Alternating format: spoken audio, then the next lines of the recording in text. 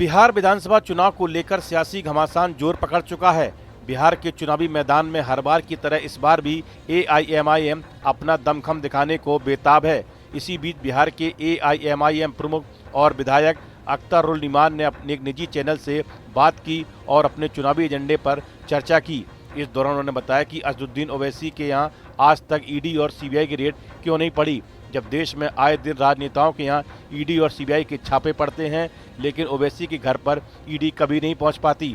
उन्होंने कहा, हमारे नेता वकील आदमी हैं, कभी किसी को उन्होंने ठगा नहीं, मंत्री कभी बने नहीं, खुद को हमेशा साफ रखते हैं, यही वजह है कि रेड नहीं पड़ी। इसके साथ ही उन्होंने कहा कि ये उनकी हैसियत भी है कि इसलिए उनके यहाँ रेड नहीं पड़ती। अख्तर ईमान ने कहा कि ऑपरेशन सिंदूर के समय जो डेलीगेशन विदेश गया था उसके लीडर वो नहीं थे। उन्होंने कहा कि मेरा लीडर ही ऐसा है, जहां जाता है छा जाता है। इसके साथ ही उन्होंने बीजेपी और एआईएम के गठजोड़ को लेकर भी खुलकर बात की। अख्तर ईमान ने कहा कि आरजेडी वालों ने बिहार को लूटा है। उन्होंने कहा कि ये लोग बीजेपी को सत्ता में लाने के लिए जिम्मेदार थे, लेकिन किसी मुसलमान को मुख्यमंत्री नहीं बनने दिया। इसके अलावा उन्होंने कहा ये लोग एनडीए को वोट देने की अपील भी करते थे। अख्तर ईमान ने आरजेडी पर भ्रष्टाचार और भेदभाव का भी आरोप लगाया।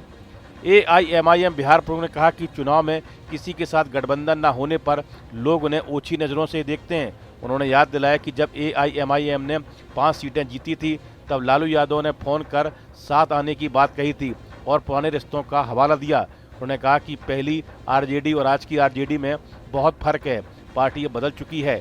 एआईएमआईएम प्रमुख ने कहा कि एक मौका दें, हम सारा हिसाब बराबर कर देंगे।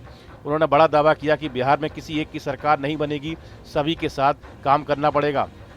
बिहार के मुस्लिम बहुल सीमांचल पर हमेशा एआईएमआईएम की खास नज़र रहती है। सीमांचल एक बार फिर से राजनीति के केंद्र में। वर्ष 2020 के चुनाव में यहां 5 सीटें जीतकर सबको चौंकाने वाली असदुद्दीन ओवैसी की पार्टी एआईएमआईएम इस बार भी चर्चा में है। पिछली बार महागठबंधन की सरकार नहीं बनने का कारण सीमांचल में राजनीति चमकी रही। आरजेडी का एमवाई समीकरण विधानसभा चुनाव 2020 में टूटता नजर आया, जब सबसे ज़्यादा मुस्लिम आबादी वाले सीमांचल के इलाके में असदुद्दीन ओवैसी की पार्टी ने मुसलमान की वोट बैंक में सेंधमारी की। अन्य विधानसभा क्षेत्रों में ओवैसी की पार्टी को अच्छे वोट मिले, इसलिए इसका नुकसान तेजस्वी यादव को उठाना पड़ा। बिहार में विधानसभा की कुल 243 सीटें हैं, जिसमें 47 सीटों पर मुस्लिम मतदाता निर्णायक भूमिका निभाते हैं। इन 47 विधानसभा में मुस्लिम आबादी 20 से 45% है। बिहार के सीमांचल के 4 जिले किशनगंज, अररिया, कटिहार और पूर्णिया में मुस्लिम मतदाता निर्णायक भूमिका में रहते हैं। इस वीडियो में फिलहाल इतना ही। आप बने रहिए न्यूज नेशन के डिजिटल प्लेटफॉर्म के साथ। जहां भक्ति है हर शब्द में, कथाओं में छुपे हैं दिव्य रहस्य और ज्योतिष देता है जीवन को दिशा। धर्म से जुड़ी हर बातों को जानने के लिए हमारे चैनल स्तुति को सब्सक्राइब करें।